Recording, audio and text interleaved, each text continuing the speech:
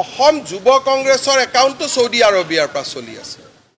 মুখ্যমন্ত্ৰী হিমন্ত বিশ্ব শৰ্মা ডাঙৰীয়া আপুনি কথাই কথাই SIT গঠন কৰে, গৌৰৱ গগৈৰ বিৰুদ্ধেও বহুত SIT গঠন কৰিলে, বহুত প্ৰমাণ দিলে অসমৰ ৰাইজক।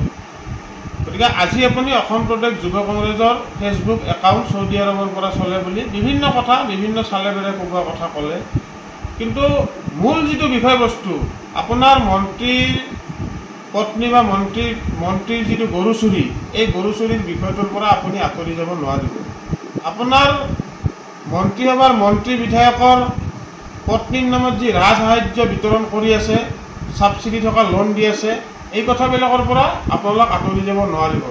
আপোনাৰ পত্নীৰ নামত আপুনি মুখ্যমন্ত্ৰী হোৱাৰ পিছত যি প্ৰায় হাজাৰ হাজাৰ কোটি টকাৰ মাটি, হাজাৰ হাজাৰ বিঘা মাটি, যিমান সম্পত্তি বৃদ্ধি হ'ল, এই কথাৰ পৰা আপুনি আঁতৰি যাব নোৱাৰিব। আপোনাৰ পুত্ৰৰ নামত যি 18টাকৈ কোম্পানী হ'ল, এই কথাটোৰ পৰাও আপুনি কিন্তু আঁতৰি যাব নোৱাৰিব। আপুনি যুৱ কংগ্ৰেছৰ ফেচবুক একাউণ্টক লৈ SIT গঠন কৰক। যুৱ কংগ্ৰেছী সকলো আমাৰ যুৱ কংগ্ৰেছীক জেলত ভৰাই দিয়ক, আমাৰ ক'বলগীয়া নাই।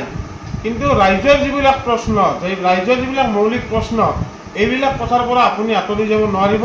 গৰু চুৰিৰ তদন্ত হ'ব লাগিব, মন্ত্ৰী পত্নীয়ে ছাবচিডি পোৱা কথাৰ তদন্ত হ'বই লাগিব। আৰু কথাই কথাই আপোনাৰ মন্ত্ৰীয়ে যি ধৰণে সংবাদ মাধ্যমক অপমান কৰি আহিছে, সংবাদ মাধ্যমৰ শ্ৰদ্ধাৰ সাংবাদিকসকলক তলৰ খাপৰ মানুহ বুলি কয়, মালিকক কথা পাতিম বুলি কয়, মালিকৰ লগত কথা পাতিম, মালিকৰ নামত ভয় খুৱায়, মালিকৰ নামত ব্লেকমেইল কৰে, এই ধৰণৰ যি ধৰণে অশুভ পৰম্পৰা আৰম্ভ হৈছে, এই কথাও বন্ধ হ'ব লাগিব। আমি শ্ৰদ্ধাৰ সাংবাদিকসকলক সন্মান কৰোঁ আৰু সংবাদকৰ্মীসকলে অসমত যথেষ্ট কষ্ট কৰি তৃণমূল পৰ্যায়ৰ পৰা খবৰ সংগ্ৰহ কৰি ৰাইজক দি আহিছে। কোন সংবাদ মাধ্যমৰ মালিক কোন, সেইটো আমাৰ বিচাৰ্য বিষয় নহয়। তেওঁ কোনটো সংবাদ প্ৰকাশ কৰিছে সেইটোৱে বিচাৰ্য বিষয়। গতিকে সংবাদ মাধ্যমত তথ্য সহকাৰে গৰু চুৰিৰ কথা প্ৰকাশ হৈছে, সংবাদ মাধ্যমত তথ্য সহকাৰে মন্ত্ৰী পত্নীৰ ৰাজসাহায্য পোৱাৰ কথা প্ৰকাশ হৈছে। গতিকে এই কথাবিলাকৰ পৰা আপুনি আঁতৰি আহিব নোৱাৰিব। আপুনি যিমানেই যুৱ কংগ্ৰেছৰ পিছত লাগক, আপুনি যিমানেই গৌৰৱ গগৈৰ পিছত লাগক, আপুনি যিমানেই ইছ্যু ডাইভাৰ্ট কৰিব চেষ্টা নকৰক, গৰু চুৰিৰ তদন্ত হ'ব লাগিব।